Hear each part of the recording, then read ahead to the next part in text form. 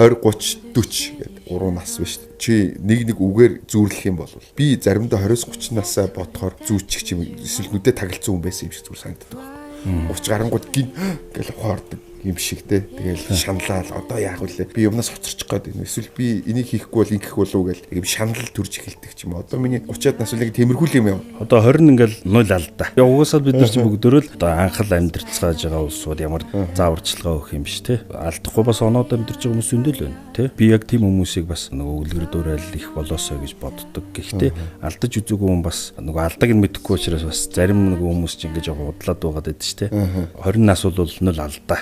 30 нас бол ер нь тэгэл нөгөө алдаан дээр юм орсон нас шүү дээ. Тэг яах вэ гэсэн шаналлын нас. 40 нас бол тэгэл ер нь тэр алдсан тэр шаналлуудаа ер нь засдсан болов уу гэж бодож байгаа. Засварын нас ч юм уу те. Тэгээд тэрнээс хойш тэрэн дээр 40 нас дээр засч чадах юм бол тэгэл 50 60 руугаа сайхан л явах. Тий, жаргадаг ч юм уу.